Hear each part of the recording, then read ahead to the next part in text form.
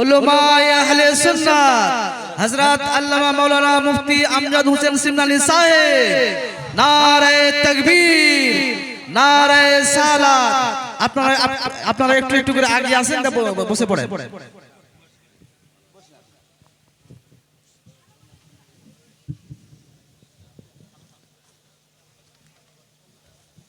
The importance of zakat, ushur and qurbani in the light of Quran and Sunnah, and how to celebrate these things. মুসলমান উশুর, যাকাত এবং কুরবানি এর গুরুত্ব, এর মাসাইল এবং এটাকে আমরা কিভাবে সঠিকভাবে পালন করব। তো আমি কোরআনুল মাজিদ ফুরকানুল হামিদ থেকে সূরা বাকারা আয়াত নাম্বার 43 থেকে একটি আয়াত তেলাওয়াত করেছি। আল্লাহ তাআলা বলছেন, আকিমুস সালাত, বান্দা তোমরা নামাজকে প্রতিষ্ঠিত করো, নামাজ আদায় করো। ওয়া আতুজ যাকাত, আর যাকাত প্রদান করো, যাকাত দাও। ওয়ারকাউ মা রাকিঈন, আর রুকুকারীদের সঙ্গে রুকু করো। এই আয়াতের মধ্যে তিনটি হুকুম আছে। এক, নামাজকে প্রতিষ্ঠিত করা, নামাজ আদায় করা। আমাদের মধ্যে সবাই অবগত 5 ওয়াক্তের নামাজ একজন সাবালক সুস্থ মস্তিষ্ক সম্পন্ন ব্যক্তি, যে পাগল নয় এইরকম ব্যক্তি যদি মুসলিম হয়, তাহলে এর প্রতি নামাজ 5 ওয়াক্তের আদায় করা হলো ফরজে আইন, পড়তেই হবে, না হলে বিশাল গুনাহগার হবে। তারপর আসে যাকাত, তারপর আসে রুকুকারীদের সঙ্গে রুকু করা, অর্থাৎ জামাতের সহিত নামাজ পড়া। মুসলমান জামাতের সহিত নামাজ আদায় করা এটা হলো ওয়াজিব। জেনে বুঝে অলসতার কারণে যদি আপনি জামাত পরিত্যাগ করেন, আপনি গুনাহগার হবেন। উজরে শরীফহীন যদি আপনি জামাত পরিত্যাগ করেন, তাহলে আপনি গুনাহগার, পাপী তাপী হবেন। আর অভ্যস্ত হয়ে গেলে এটা বিশাল বড় গুনাহের ব্যাপার। মুসলমান মাঝখানে এসেছে যাকাত। এই যাকাত প্রসঙ্গে আমরা আলোচনা করব। যাকাত শব্দটি এর শাব্দিক অর্থ হলো টু পিউরিফাই, অর্থাৎ পবিত্র করা, পাক করা, সাফ করা। কথা বোঝা গেল ভাই? এর শাব্দিক অর্থ হলো পাক এবং সাফ করা।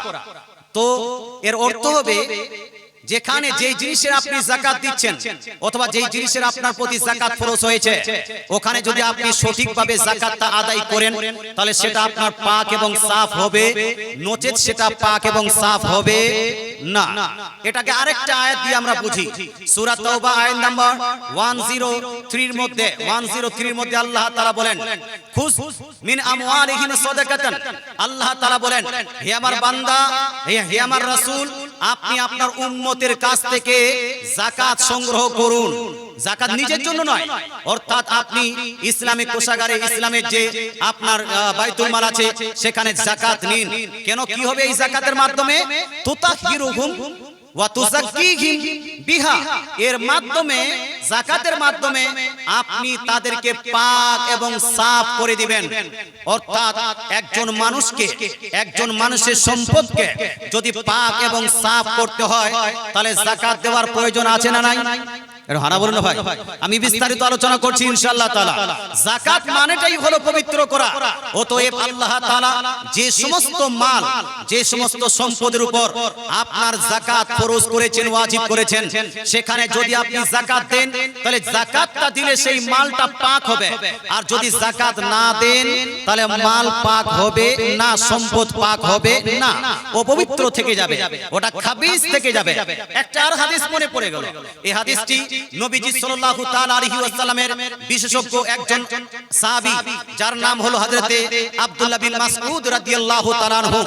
আব্দুল্লাহ বিন মাসউদ রাদিয়াল্লাহু তাআলা আনহু ইরশাদ করেন, মনোযোগ সহকারে শুনুন। আজ সমাজের অধিকাংশ মানুষ মনে করে আমি হালাল খাবার খাচ্ছি, আমি পাক খাবার খাচ্ছি। কেউ মাস্টারি করছে, মন করছে ইনকামটা হালাল হয়েছে। কেউ আপনার ডাক্তারি করছে, মনে করছে যে আমি ইনকামটা হালাল করেছি। কেউ আমের ব্যবসা করছে, মনে করছে আমি ইনকাম হালাল করেছি, অতএব হালালটাই খাচ্ছি। আসুন, আপনি হালাল খাচ্ছেন, জায়েজ খাচ্ছেন, না জায়েজ খাচ্ছেন, পাক খাচ্ছেন, না পাক খাচ্ছেন, খাবিস খাচ্ছেন না ভালো খাচ্ছেন, এই প্রসঙ্গে আব্দুল্লাহ বিন মাসউদ রাদিয়াল্লাহু তাআলা আনহু এই হাদিসটি শুনুন।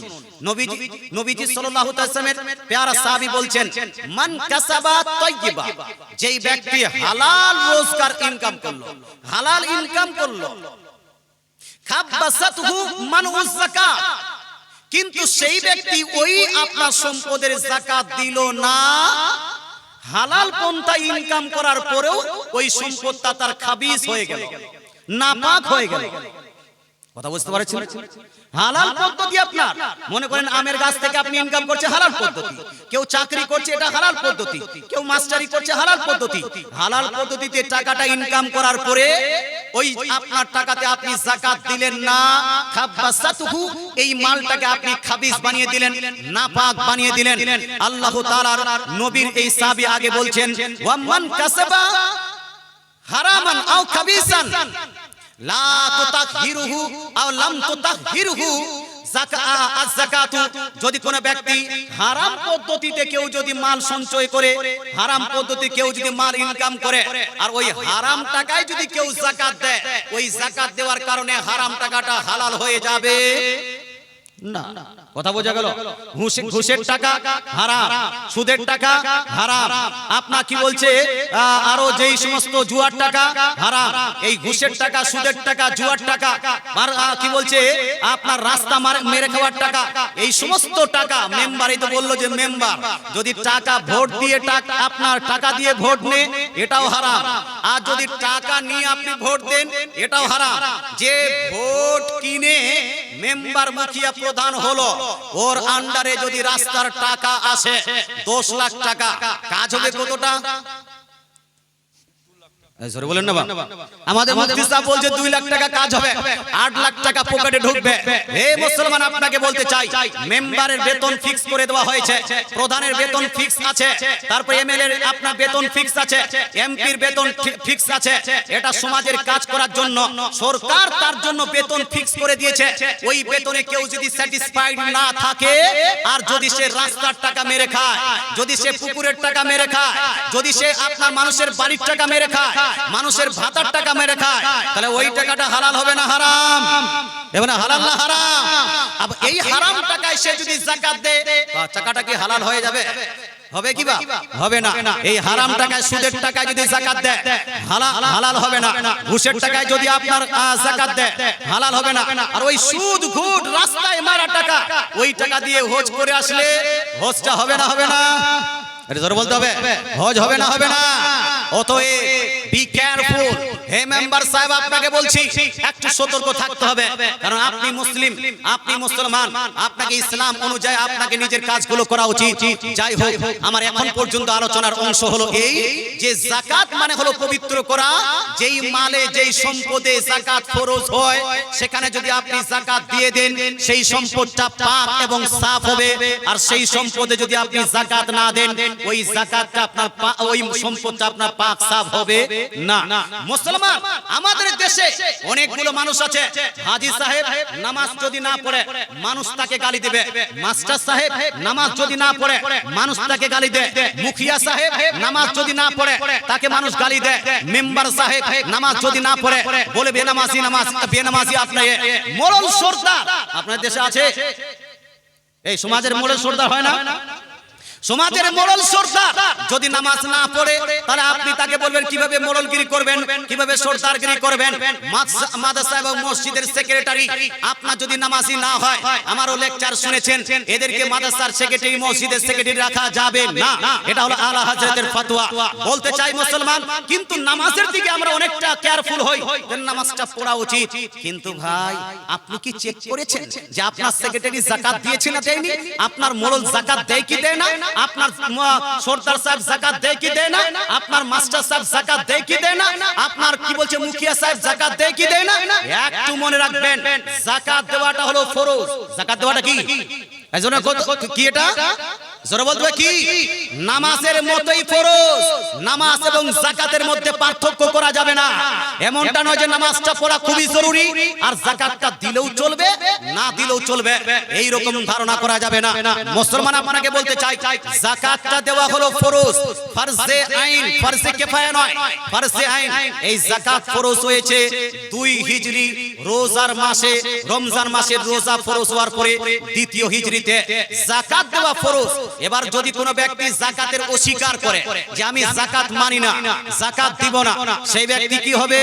ইসলামের দৃষ্টিকোণ থেকে কেউ যদি যাকাতের অস্বীকার করে, যাকাতকে অমান্য করে, সে সঙ্গে সঙ্গে ইসলাম থেকে খারিজ হবে, সে সঙ্গে সঙ্গে কাফির হবে। কি হবে ভাই? কাফির হবে। মুসলমান, জরুরিয়াতে দ্বীন, জরুরতে দ্বীনের অন্তর্ভুক্ত বিষয়সমূহের মধ্যে একটা জিনিসেরও কেউ যদি অস্বীকার করে সে কাফির হয়ে যায়। নবীজি সাল্লাল্লাহু তাআলা আলাইহি ওয়াসাল্লামের ইন্তেকালের পর নবীজি ইন্তেকাল করলেন, আবু বকর সিদ্দিক রাদিয়াল্লাহু তাআলা আনহু খেলাফতের মসনদে আরোহণ করলেন। হযরত আবু বকর সিদ্দিক রাদিয়াল্লাহু তাআলা আনহু খলিফা হলেন।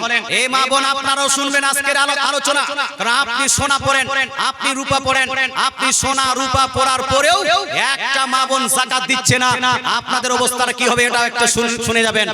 মুসলমান আপনাকে বলতে চাই, নবীজির ইন্তেকালের পরে আবু বকর সিদ্দিকের খেলাফতের আমলে কয়েকটা কাবিলা যাকাতের অস্বীকার করে দিল, আমরা যাকাত দিব না, যাকাত দিব না। তো হযরত আবু বকর সিদ্দিক রাদিয়াল্লাহু তাআলা আনহু তাদের বিরুদ্ধে যুদ্ধ ঘোষণা করলেন। কি ঘোষণা করলেন ভাই? যুদ্ধ ঘোষণা করলেন। বুখারী এবং মুসলিমের মুত্তাফাক আলাইহি হাদিস। যুদ্ধ ঘোষণা যখন করলেন, উমরে ফারুক রাদিয়াল্লাহু তাআলা আনহু আবু বকর সিদ্দিক রাদিয়াল্লাহু তাআলা আনহুর পাশে এসে বললেন, হুজুর আপনি এদের সঙ্গে যুদ্ধ কিভাবে করবেন? ইনারা তো কলেমা পড়েন, ইনারা তো নামাজ পড়েন, ইনারা তো রোজা রাখেন, ইনারা তো হজ করেন, শুধু যাকাতটাই অস্বীকার করেছে, যাকাতটাই শুধু দিচ্ছে না আপনাকে, আপনি ইনাদের সঙ্গে যুদ্ধ করবেন কেন? আমার নবী, আপনার নবী, দয়ার নবী, মায়ের নবী তো বলেছিলেন যে যদি কেউ লা ইলাহা ইল্লাল্লাহ মুহাম্মাদুর রাসূলুল্লাহ পড়ে নেয় তাহলে তার সঙ্গে যুদ্ধ করা যাবে না, তার খুন আমাদের জন্য হালাল হবে না, তার মাল সম্পদের হেফাজত করা আমাদের উপর জরুরি হয়ে যায়। তাহলে আপনি এদের সঙ্গে এই যাকাতের অস্বীকারকারী বা যাকাত যারা দিচ্ছে না তাদের সঙ্গে জিহাদ কিভাবে করবেন? আবু বকর সিদ্দিক রাদিয়াল্লাহু তাআলা আনহু ইরশাদ করেছিলেন, আজও বুখারী এবং মুসলিমের মধ্যে লিপিবদ্ধ আছে, ওয়াল্লাহি লা উকাতিলান্না মান ফাররাকা বাইনা সলাতি ওয়াজ যাকাত। হে উমর শুনো, যদি কোন ব্যক্তি নামাজ এবং যাকাতের মধ্যে পার্থক্য করে, নামাজ পড়ে আর যাকাতের অস্বীকার করে, নামাজকে গুরুত্ব দেয় কিন্তু যাকাতকে গুরুত্ব দেয় না, নামাজকে ইম্পর্টেন্ট মনে করে কিন্তু যাকাতকে ইম্পর্টেন্ট মনে করে না, এই রকম ব্যক্তিদের সঙ্গে আমি জিহাদ করবই করব, এদের সঙ্গে আমি যুদ্ধ করবই করব। ইভেন কোন ব্যক্তি যদি যাকাতের সম্পদ থেকে একটা সুতাও রেখে নেয়, কি রাখে? একটা সুতা, একটা রশি পর্যন্ত, যেই সুতা রশি রাসূল সাল্লাল্লাহু আলাইহি ওয়াসাল্লামের জামানায় রাসূলকে দিতেন যাকাতের মাল হতে, আর আমাকে যদি সেই সুতাটা বা সেই আপনার রশিটা না দে, ওই রশির জন্য হলেও আমি জিহাদ করব, ওই রশির জন্য আমি যুদ্ধ করব। আচ্ছা বলেন তো ভাই, আবু বকর সিদ্দিক রাদিয়াল্লাহু তাআলা আনহু আমাদের খলিফায়ে আযম, আমাদের ফার্স্ট খলিফা, ইসলাম আপনার মুসলিম জগতের সর্বপ্রথম খলিফা হলেন আবু বকর সিদ্দিক। যাকাতের অস্বীকার করার কারণে উনি যুদ্ধ করেছেন। উমরে ফারুক রাদিয়াল্লাহু তাআলা আনহু পরে গবেষণা করে দেখলেন, হ্যাঁ যাকাতটা যেভাবে নামাজে এটা হলো জরুরিয়াতি দিন, দিনের জরুরি বিষয়, যেভাবে রোজাটা দিনের জরুরি বিষয়, যেভাবে আপনার হজটা দিনের আপনার ওই ধর্মের জরুরি বিষয়, তদ্রূপ যাকাতটাও ধর্মের জরুরি বিষয়। অতএব যাকাতের কেউ যদি অস্বীকার করে সে জরুরিয়াতে দিনের অস্বীকার করার কারণে কাফির হবে, আর কাফিরের সঙ্গে মুসলমানের জিহাদ করা, যুদ্ধ করা যায়। তাই আবু বকর সিদ্দিক সঠিক পথে আছে। তারপরে আবু বকর সিদ্দিকের সঙ্গে উমরে ফারুকও সঙ্গ দিয়েছেন। জোরে বলেন সুবহানাল্লাহ। এটা জোরে সুবহানাল্লাহ হবে না? আচ্ছা, যাকাত কেউ যদি অস্বীকার করে মুসলমান সে হবে কি? কাফির। কি হবে ভাই? কাফির। আর যাকাতের অস্বীকার করলো না কিন্তু যাকাত দিচ্ছে না, যাকাত দিচ্ছে না, যাকাত দিতে হয় মানছে কিন্তু যাকাত দিচ্ছে না, তার ঠিকানা কোথায়? তো মাজমাউ যাওয়াইদের মধ্যে আত-তারগিব ওয়া তারহিবের মধ্যে দয়ার নবী মায়া নবী ইরশাদ করেন, মানিউজ যাকাত ইয়াউমাল কিয়ামাতি ফিন্নার। হে মুসলমান শুনুন, নবীজি নিজের জবানে মোবারক থেকে বলছেন, যেই ব্যক্তি যাকাত আদায় করবে না, যেই ব্যক্তি যাকাত দিল না, যেই ব্যক্তি যাকাত আদায় করবে না, কিয়ামতের দিন তার ঠিকানা হবে জাহান্নাম, তার ঠিকানা হবে জাহান্নাম, সেই ব্যক্তি হলো জাহান্নামী।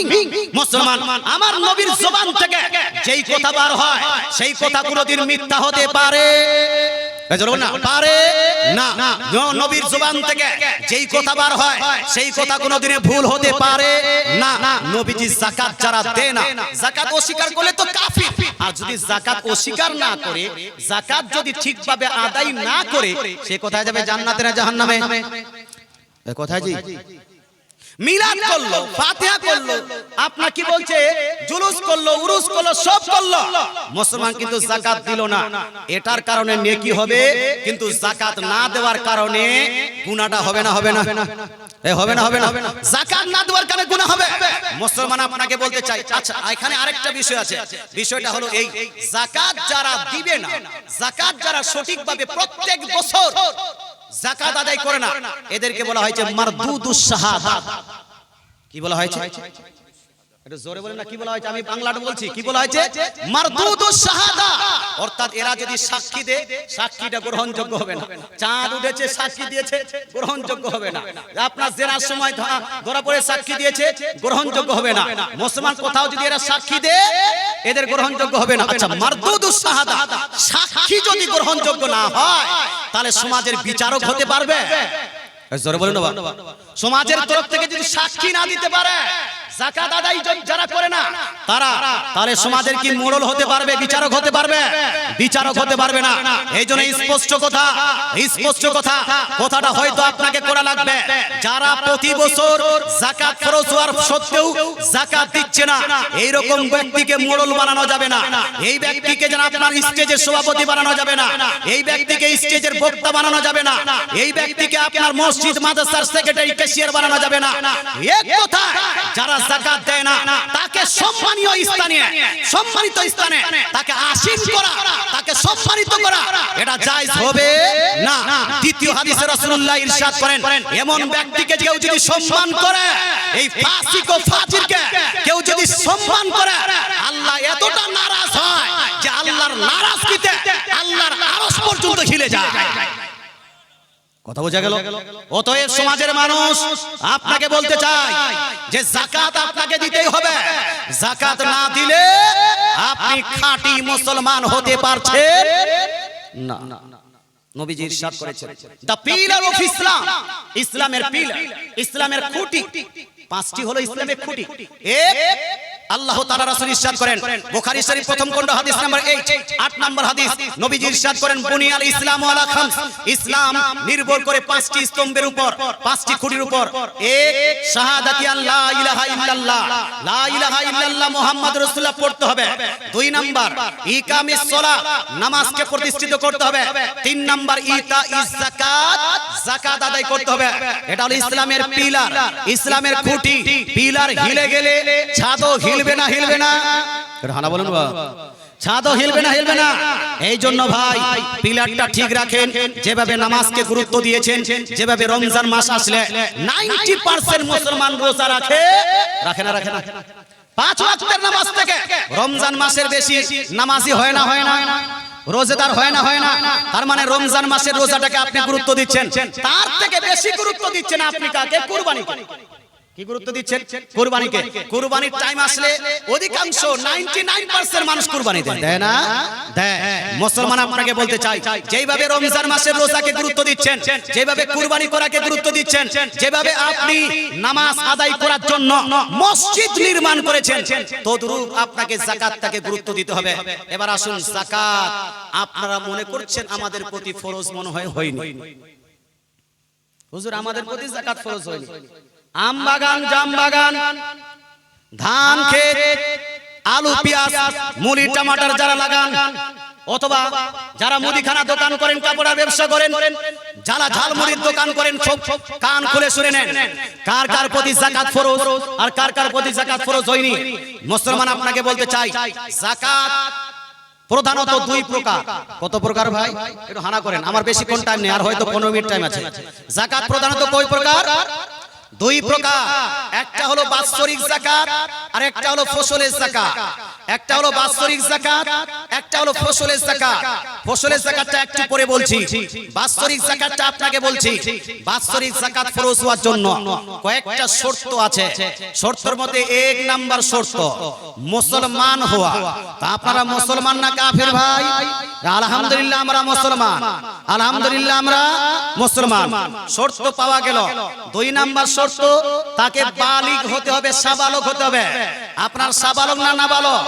অনেকগুলো 90% মানুষ তো বাচ্চার বাপ হয়ে গেছে। এখনো যদি বলেন না হুজুর আমরা নাবালকে আছি, বিয়া শাদী করেছেন কেন, বাচ্চা হলো কিভাবে? মুসলমান তাহলে আপনি সাবালক আছেন। 3 নাম্বার আপনার আকিল হতে হবে, ব্রেন সুস্থ মস্তিষ্ক থাকতে হবে। মস্তিষ্ক যদি ঠিক না থাকতো, ব্রেন বুদ্ধি যদি না থাকতো, তাহলে এখানে কি আপনারা থাকতেন? হানা বলুন না বা পাগলা গারে যেন ঘোরাঘুরি করতেন, ওই আগ্রা পাগলাখানা গিয়ে হায় হায় করতেন। মুসলমান আপনাকে বলতে চাই, দিমাগ যদি না ঠিক থাকতো তাহলে সেক্রেটারি ক্যাশিয়ার হলো কিভাবে? দিমাগ যদি ঠিক না থাকে, ব্রেন বুদ্ধি যদি ঠিক না থাকে, তাহলে মুখিয়া মোড়ল হলো কিভাবে? ব্রেন বুদ্ধি যদি ঠিক না থাকে, তাহলে মেম্বার প্রধান ঠিক কিভাবে হলো? তার মানে আপনাদের ব্রেন বুদ্ধিও ঠিক আছে। আজাদ হতে হবে, আজাদ স্বাধীন। ভারত স্বাধীন হয়েছে, এই ভারত স্বাধীন। স্বাধীন ভারতে সবাই স্বাধীন না গোলাম? আপনারা স্বাধীন না গোলাম? আপনারা স্বাধীন। মুসলমান আপনাকে বলতে চাই, এই সমস্ত জিনিস আমাদের মধ্যে আছে। আরো একটি বিষয়, সেটা হলো মালিকের নিসাব হওয়া, নিসাবের মালিক হওয়া। মুসলমান কতটুকু সম্পদ থাকলে যাকাতটা ফরজ? একটু ধ্যান দেন, একটু ধ্যান দেন। মাস্টার সাহেব, আপনার ওই পিএফ কাটা হয় না, ওর কথা আলোচনা করব। ওই এলআইসি করেছেন না আপনারা লুকিয়ে লুকিয়ে, এলআইসির কথা ইনশাআল্লাহ আলোচনা হবে। সেভিংস মেভিংস যা হয়েছে ইনশাআল্লাহ আলোচনা হবে। তবে শুনুন, মালিকের নিসাব কাকে বলা হয়? মালিকের নিসাব মানে হলো একটা নির্দিষ্ট অ্যামাউন্টের মালিক হওয়া, সম্পদশালী হওয়া। কতটা অ্যামাউন্ট? এই অ্যামাউন্টটা বলা হয়েছে 52.5 তোলা চাঁদি। কত বললাম? 52.5 তোলা রূপা, অথবা 7.5 তোলা সোনা। 7.5 তোলা সোনা গ্রাম হিসাবে যদি আপনি নেন, তো গ্রাম হবে 87 গ্রাম। কত গ্রাম? 87 গ্রাম। এখন ভরি হিসাবে যদি আপনি নেন, তো 52.5 তোলা চাঁদি আপনার সমান সমান গ্রাম। গ্রাম হবে 612 গ্রাম। কত গ্রাম? যদি আপনাকে ভরি হিসেবে নেন, তাহলে ভরি 10 গ্রামে ভরি হয় আর 12 গ্রামে ভরি হয়। যদি আপনার 12 গ্রামে ভরি হয়, তাহলে 51 ভরি হচ্ছে। আর যদি 10 গ্রামে ভরি হয়, তাহলে 61 গ্রাম, 61 প্লাস কিছুটা ভরি হচ্ছে। 61 ভরি মানে নিলাম, 61 ভরি রূপা। এই ধরনের যদি আপনার সম্পদ থাকে, তাহলে আপনি যাকাতের আপনার নিসাবের মালিক হবেন। কি কি মাল, কি কি সম্পদের থাকতে হবে? 3 প্রকারের মাল সম্পদের উপর যাকাত ফরজ হয়। কত প্রকার? এজন্য কত প্রকার? 3 প্রকার। 1, সোনা চাঁদি টাকা পয়সা, এটা এক। সোনা চাঁদি টাকা পয়সা, এটা এক। 2 নাম্বার, বিজনেসের সম্পদ।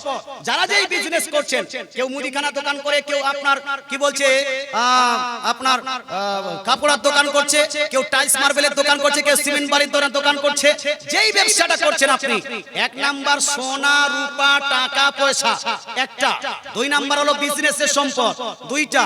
3 নাম্বার হলো ওই যে আপনার সাইমা জানোয়ার, অর্থাৎ কমসে কম উট থাকতে হবে 5টা, গরু থাকতে হবে 30টা, ছাগল থাকতে হবে 40টা।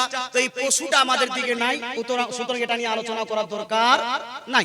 মুসলমান আপনাকে 2টা জিনিস নেন, এখানে আপনার সোনা রূপা টাকা পয়সা আর বিজনেসের সম্পদ সব মিলিয়ে যদি 52.5 তোলা চাঁদি, অর্থাৎ আপনার 61 ভরি।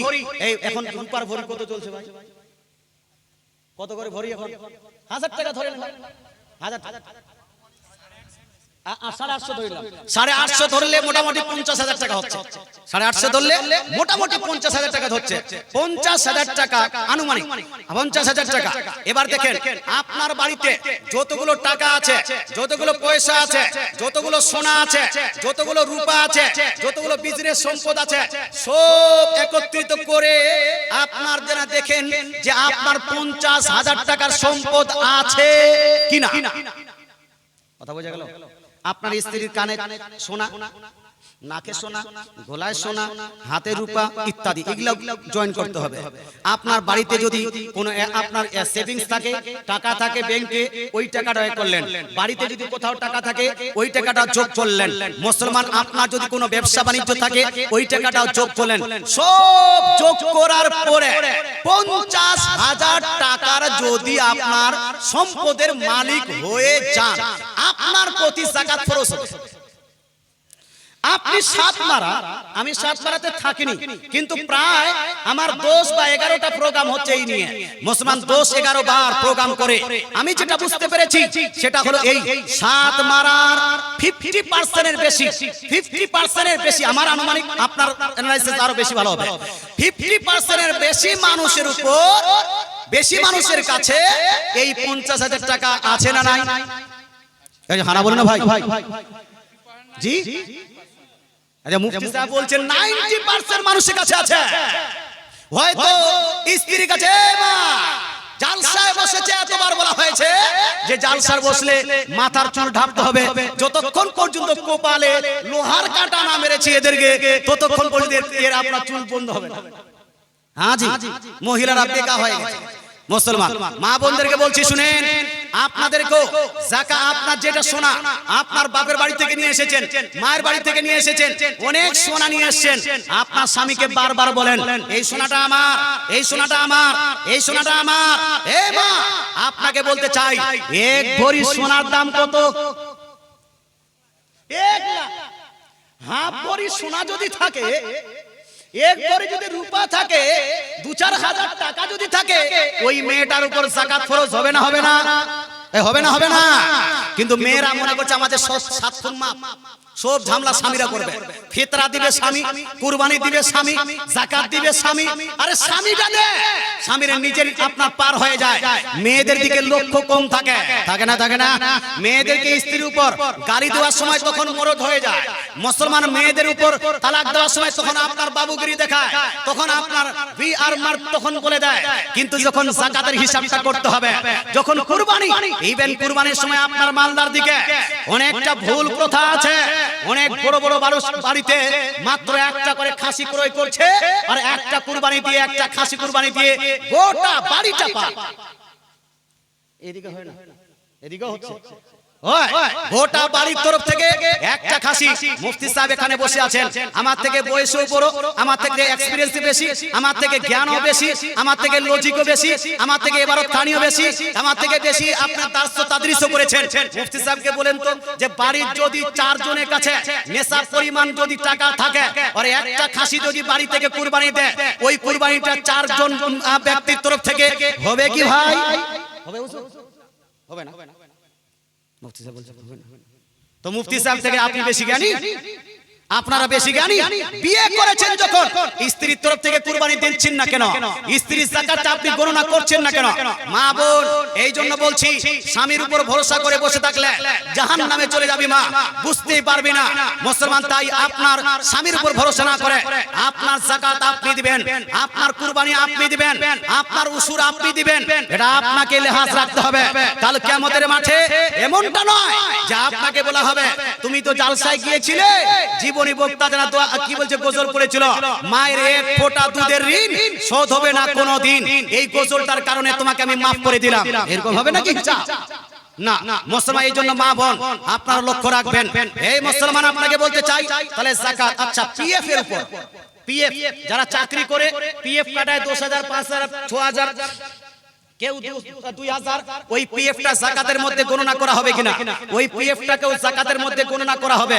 এলআইসি যাকাতের মধ্যে গণনা করা হবে কিনা? এলআইসি ও যাকাতের মধ্যে গণনা করা হবে। সেভিংস যাকাতের মধ্যে গণনা করা হবে কিনা? সেভিংস ও যাকাতের মধ্যে গণনা করা হবে। মুসলমান আপনার কাছে এক কথায় এই 3 সোনা, চাঁদি, টাকা পয়সা এবং বিজনেসের মালটা একটু বুঝাই।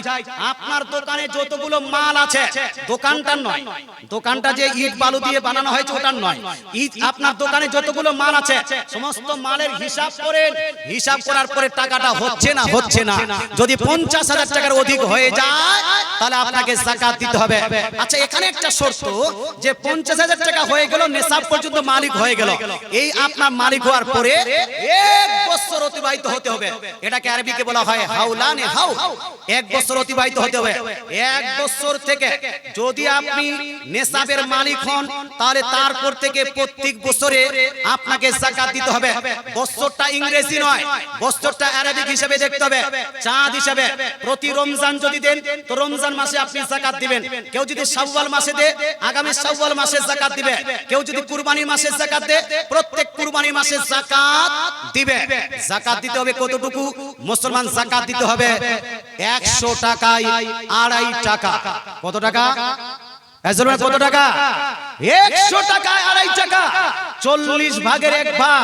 কত ভাগের 1 ভাগ? 40 ভাগের 1 ভাগ। তো যাকাত জরুরি আছে না নাই? জোরে বলুন না ভাই, এই যাকাত জরুরি আছে না নাই?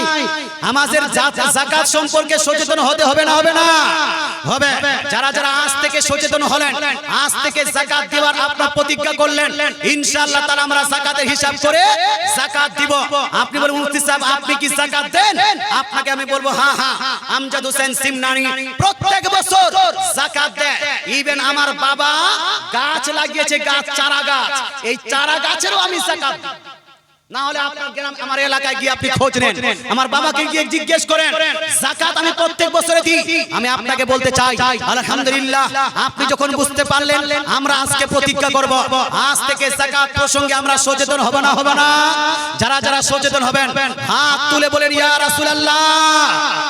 মাশাআল্লাহ, নারায়ে তাকবীর, নারায়ে রিসালাত। ইসলামের আলো, ইসলামের আলো। মুসলমান ইনশাআল্লাহ তাআলা আমরা যাকাত প্রসঙ্গে সচেতন হব। নারায়ে তাকবীর। দাঁড়িয়ে যান একটু, না দাঁড়ান, একটু দাঁড়িয়ে যান, দাঁড়িয়ে যান। নারায়ে রিসালাত, নারায়ে রিসালাত। হযরত আল্লামা মাওলানা মুফতি সৈয়দ জুলফিকার হোসেন বরকাতি সাহেব, নারায়ে তাকবীর। আলে রাসূলকে পেয়ে গেছি, বুঝলেন? এখন উনি চলে এসেছেন, আল্লাহ রাব ফালাক রাব, সব একটু কাছে হয়ে বসে যান, একটু আগে আগে বসে যান। আলে রাসূলের আদবে দাঁড়ালেন, আলহামদুলিল্লাহ একটু আগে চলে আসেন কাছে কাছে, ওনার ওয়াজ আরম্ভ হয়ে যাবে। মুফতি সাহেব শেষ করছেন 10 মিনিটের মধ্যে। সাল্লাল্লাহু তাআলা আলাইহি ওয়া আলিহি ওয়াসাল্লাম। এক দরুদ में আল্লাহুম্মা সাল্লি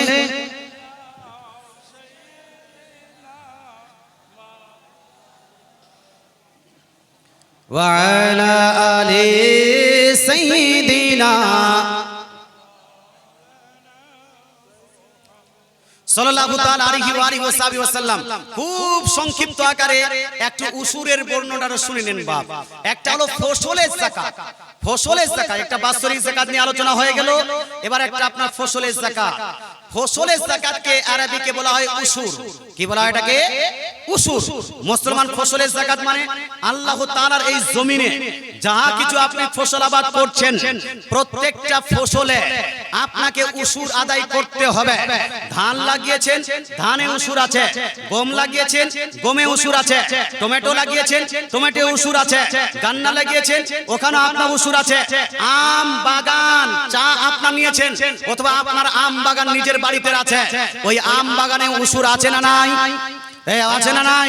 আচ্ছা, আপনাদের মধ্যে 2-4টা লোক হাত তুলেন তো, যে হুজুর আমি গত বছর আমাদের আম বাগানে যতগুলো আম হয়েছিল প্রত্যেকটা আমকে ওজন করার পরে সঠিকভাবে আমি আমের উসুর বার করেছি। তারা একটু হাত তুলেন তো। এই 2 জন মানুষ।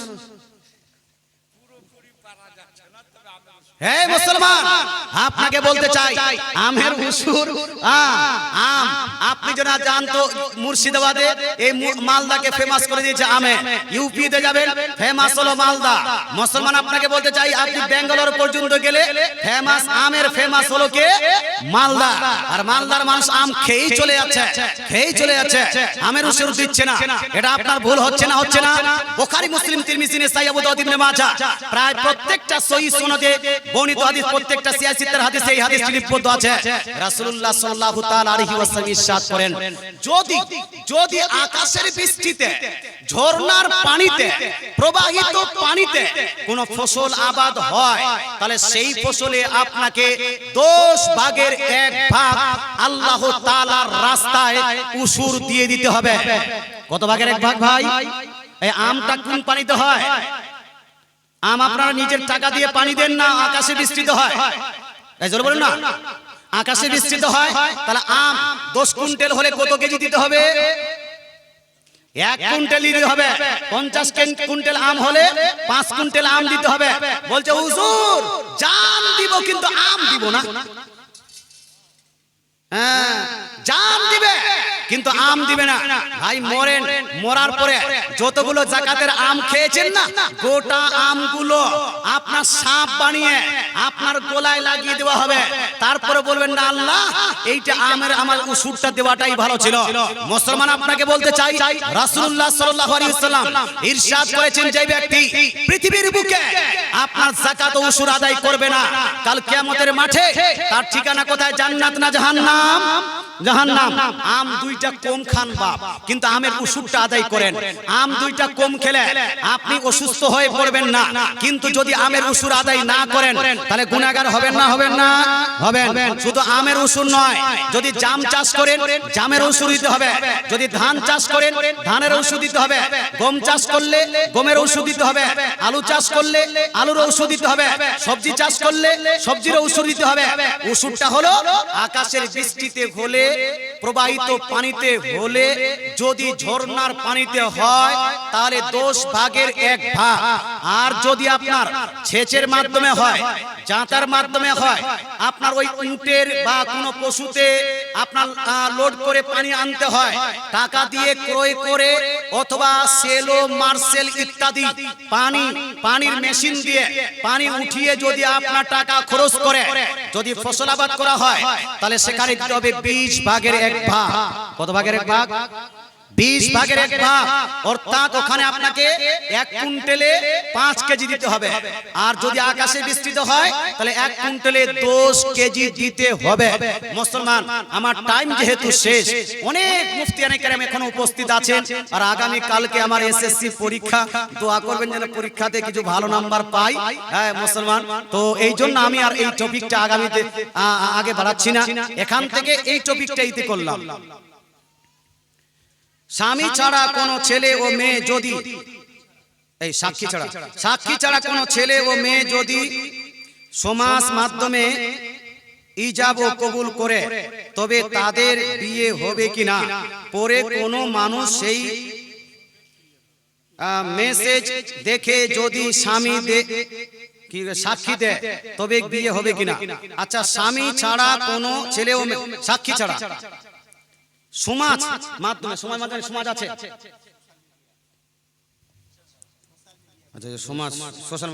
আচ্ছা সোশ্যাল মিডিয়া, ফোনের মাধ্যমে সাক্ষী নাই। বিয়ের জন্য কম্পালসারি হলো উভয় ব্যক্তি, অর্থাৎ ছেলে এবং মেয়ে উভয় ব্যক্তির কাছে একই সাক্ষী 2 জন, হ্যাঁ সেম সাক্ষী 2 জন এখানে উপস্থিত থাকতে হবে, ওখানে উপস্থিত থাকতে হবে।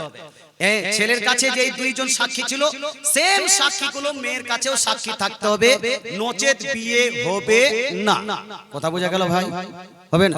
তো সাক্ষী ছাড়া বিয়ে মুনাকিদ হয় না, এই জন্য এই বিবাহ হবে না।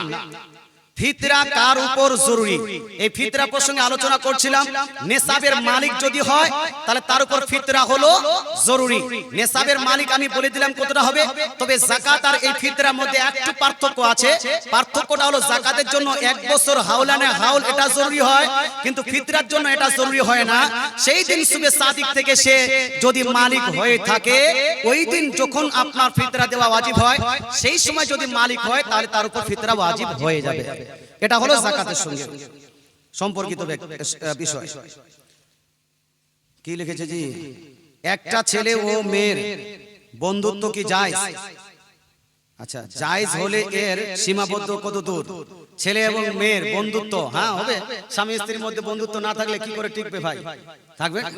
হ্যাঁ, ছেলে মেয়ে যদি স্বামী স্ত্রী হয় বন্ধুত্ব থাকতেই পারে, মা বেটা যদি হয় বন্ধুত্ব থাকতে পারে, ভাই বোন যদি হয় বন্ধুত্ব থাকতে পারে, ভ্রাতৃত্ব থাকতে পারে, কিন্তু আননোন পারসন, হ্যাঁ যেটা আমাদের দেশে হচ্ছে, প্রথমে হলো আপনার কি বলছে কি ফ্রেন্ডশিপ ডে, ফ্রেন্ডশিপ ডে।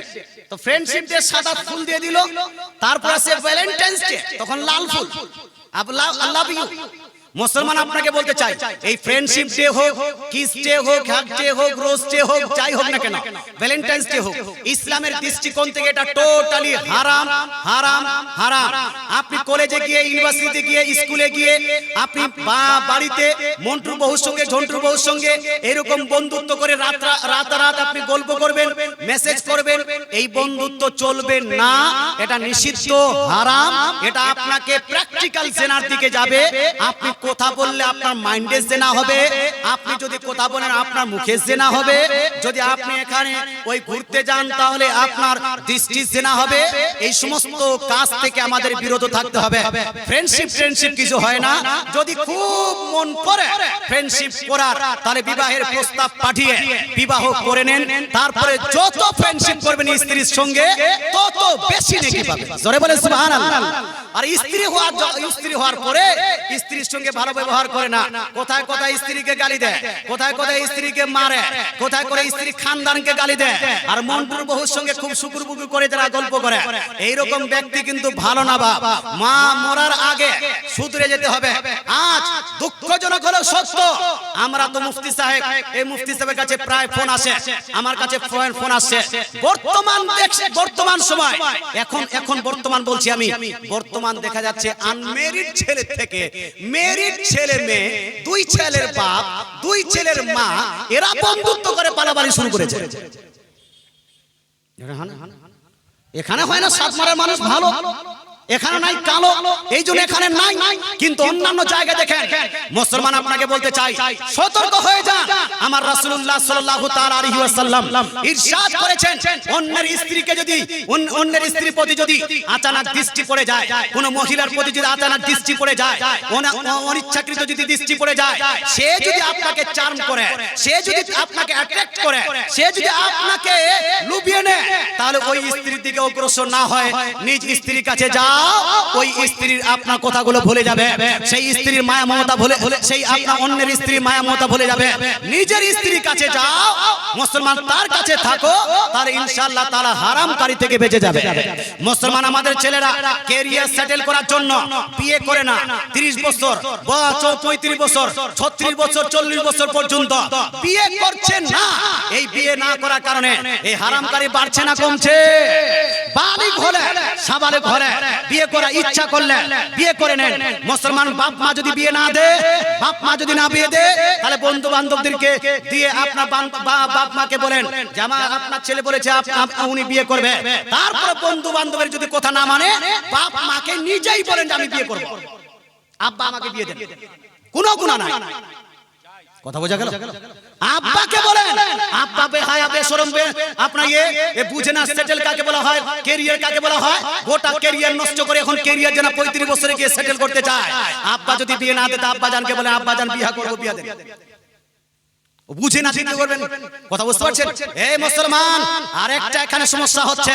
সমস্যাটা হলো আমাদের মালদা জেলা, দক্ষিণ দিনাজপুর, উত্তর দিনাজপুর যদি অ্যানালাইসিস করেন, আমাদের মুসলমান ছেলেরা মাধ্যমিক পাস করছে, পড়া ড্রপ করে দিল, উচ্চ মাধ্যমিক পাস করছে, পড়া ড্রপ করে দিল, তারপর কাজে লেগে যাচ্ছে, যাচ্ছে না। কিন্তু নিজের বোনকে মাধ্যমিক পাসের পরে ড্রপ করাচ্ছে না, নিজের আপনার বেটিকে উচ্চ মাধ্যমিক পড়ার পরে ড্রপ করছে না। নিজে ভাই বোন একসঙ্গে পড়া শুরু করলো, ভাই মাধ্যমিক পাস করে পড়া বন্ধ, মেয়েটা তার বোনটা কিন্তু পড়া চালু আছে, আছে না?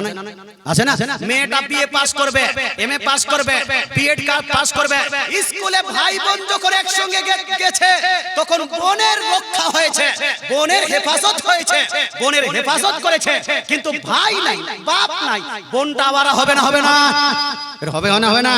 মুসলমান যতটুকু প্রয়োজন ততটুকু পড়ান, নাহলে গার্লস স্কুলে দেন, মিংলিং স্কুলে দিয়েন না।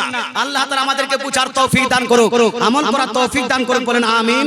মুফতি সৈয়দ জুলফিকার বারকাতি, নবী বংশের একজন লোক, উনাকে বসিয়ে রেখে আমি আলোচনাটা আর বাড়াতে চাচ্ছি না বাপ। হ্যাঁ, আর এখানে পর্দা প্রসঙ্গে আলোচনা করলে অনেক সময় লেগে যাবে। আচ্ছা, 786 টাকা মোহর ধার্য করা কি জায়েজ আছে? মোহর ধার্য করার জন্য কমসে কম 10 দিরহাম লাগবে। কত লাগবে? এই জোরে বলেন না, কত লাগবে? 10 দিরহাম। 10 দিরহাম মানে হলো এখন আপনার ওই সম্ভবত 33 গ্রাম হচ্ছে। 33 গ্রাম না কত হচ্ছে? 10 দিরহামের টাকা কমসে কম 2.5 থেকে 3,000 টাকা হয়। কথা বোঝা গেল? 10 দিরহামের টাকা কত হয়? কমসে কম 2.5 থেকে 3,000 টাকা হয়। এখনকার হিসাবে যদি দেখেন তো 2,500 থেকে 3,000 ওর থেকে কম মোহরানাই হবে না। যদি 786 যদি মোহরানা বাঁধে, এ কি হবে জানেন? 786 মোহরানা তো হবে না, এর হবে কি, ওর একটা আর বোনের যদি বিবাহ হয়, ওর যদি ফুফুর বিবাহ হয়, মেয়েটার আর যদি কারো বিবাহ হয়, ওর যদি 10 লাখ টাকা মোহরানা থাকে, এবার এই 786 টাকা মোহরানা করার কারণে মাহারে মিসল ওই 10 লাখ টাকা এক দিতে হবে। কথা বোঝা গেল? এই বুঝতে পারেন, এই কথাটা আরেকবার বুঝেন। 786 মোহরানা হয় না, অতএব 786 এর গুরুত্ব দেখে আপনি 786 মোহরানা বেঁধে দিয়েছেন, মোহরানা হলো না। শরীয়ত বলছে যদি আপনার মোহরানা না হয় অথবা মোহরানা উল্লেখ না করেন, তাহলে মোহরে মিসল দিতে হবে। কি দিতে হবে? মাহারে মিসল। মাহারে মিসল কাকে বলা হয়? ওই মেয়েটার আরেক বোনের যদি বিবাহ হয়ে থাকে অথবা তার মাসির যদি বিবাহ হয়ে থাকে, সেম দেখতে, ওগারা তার ফুফুর যদি বিয়ে হয়ে থাকে সেম টাইমে, সেম আপনার পরিবেশে, সেম দেখতে, তাহলে তার যেটা মোহর হয়েছে সেই মোহরটা আপনাকেও দিতে হবে, মোহরানাটা দিতে হবে। এবার তার বোনের বিয়ে হয়েছে আর ওই মোহরানা, ওর মোহরানা হয়েছে 5 লাখ টাকা, ধরে রাখেন 5 লাখ টাকা। এবার 786 মোহরানা পেয়েছেন না, এই জন্য আপনাকে কত দিতে হবে এখন? এই জোরে বলুন না, কত দিতে হবে? 5 লাখ টাকা মাহারে মিসল দিতে হবে। তাই ভাই, এই ভুল না করে মুফতি সাহেব, মৌলভী সাহেব, আপনার ইমাম সাহেবের কাছে জিজ্ঞেস করে নেবেন মোহরানা কমসে কম কত দিতে হয়, আর কমসে কম কেন দিবেন, কমসে কম কেন দিবেন, এই ধারণাটা আপনাদের ভুল। মেয়েরা দাম কম রাখি, কেন মোহরানা কম দিবেন? মেয়ে যতটা চাইবে ততটা দিতে হবে আপনাকে। বলছে কমসে কম নগদ দিব, তো নগদ দিলে আপনি কম কেন দিবেন? 10,000 5,000 কেন? 1 লাখ টাকা যদি আপনি যোগ্য থাকেন 1 লাখ টাকা দিতে হবে। 2 লাখ টাকা যোগ্য থাকলে 2 লাখ টাকা দিতে হবে। বই বেশি মোহরানা বাঁধা কি হারাম আছে নাকি? না না, হারাম নয়। আপনাকে কমসে কম একটা মেয়ারি রাখতে হবে। হযরত ফাতিমা রাদিয়াল্লাহু তাআলা আনহার কি মোহরানা কম ছিল নাকি? নবীজি সাল্লাল্লাহু আলাইহি ওয়াসাল্লাম কম মোহরানা দিয়েছেন নাকি? আপনারা মোহরানা এত কম দিচ্ছেন কেন? কমটা কেন দেখছেন? আপনার স্ট্যাটাস মোতাবেক আপনি মোহরানা দিবেন। আপনি যদি অনেক টাকার মালিক হন, 10 লাখ টাকা 20 লাখ টাকা মোহরানা দেন, যেন মেয়েটা আপনার বাড়িতে থাকতে কনফিডেন্স ফিল করে, কনফিডেন্স রাখে, এইরকম মোহরানা দিতে হবে। কম মোহরানা দিয়ে বিয়ে করাটা খুব ভালো, এইরকম ধারণা আপনারা রাখবেন না। আল্লাহ তাআলা আমাদের বুঝা আমল করার তৌফিক দান করুন, বলেন আমিন। এবার আমি বক্তৃতা শেষ করা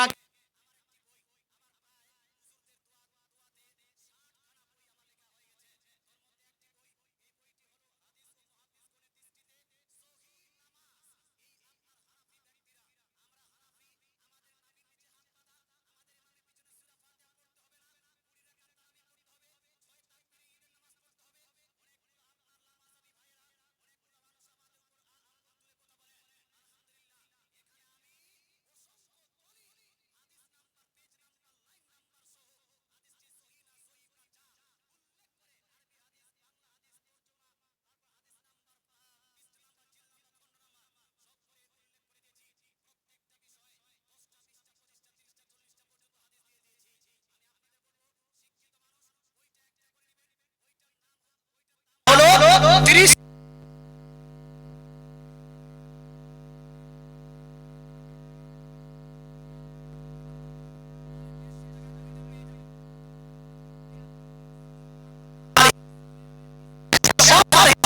আমি লেখক হিসাবে স্পেশাল অফার হিসাবে মাত্র 300 টাকার বই, এত মোটা একটা বই যদি আপনার বাংলা হতো হয়তো 400-500 টাকা দাম হতো, মাত্র 100 টাকায় মাহফুজ ভাইয়ের কথাতেও এবং ঈদে মিলাদুন নবীর আপনার স্পেশাল অফার হিসাবে 100 টাকা দিয়ে দিব।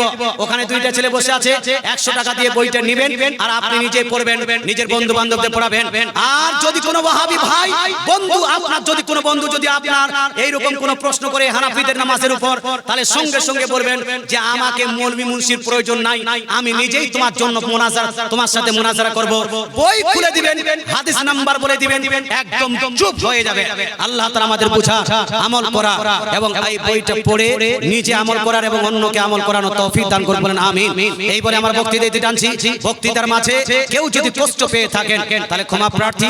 কোরআন ও হাদিসে যদি কোনো রকম ত্রুটি করে থাকি তাহলে তওবা পড়তেছি, আস্তাগফিরুল্লাহ রাব্বি মিন কুল্লি জামবি ওয়া আতুবু ইলাইহি। লা ইলাহা ইল্লাল্লাহু মুহাম্মাদুর রাসূলুল্লাহ সাল্লাল্লাহু তাআলা আলাইহি ওয়া আলিহি ওয়া সাল্লাম ওয়া মা আলাইনা ইল্লাল বালাগ। আসসালামু আলাইকুম ওয়া রাহমাতুল্লাহি ওয়া বারাকাতুহু। আল্লাহুম্মা সাল্লি আলা সাইয়্যিদিনা মাওলানা মুহাম্মদ আয়দা মা ফি মিল্লাহি সালাতান দাইম দাওমুলকিল্লাহ। রব্বানা তাকাব্বাল মিন্না ইন্নাকা আনতাস সামিউল আলিম ওয়া তুব আলাইনা ইন্নাকা আনতাত তাওয়াবুর রহিম। ওয়া সাল্লাল্লাহু তাআলা আলা খায়রি খালকিহি মুহাম্মাদিন ওয়া আলিহি ওয়া আসহাবিহি আজমাইন বিরহমাতিকা ইয়া আরহামার রাহিমিন বিহাক্কি লা ইলাহা ইল্লাল্লাহু মুহাম্মাদুর রাসূলুল্লাহ সাল্লাল্লাহু তাআলা আলাইহি ওয়া আলিহি ওয়া সাহবিহি ওয়া সাল্লাম। बिरादरान इस्लाम हजरत अल्लामा मुफ्ती अमजद हुसैन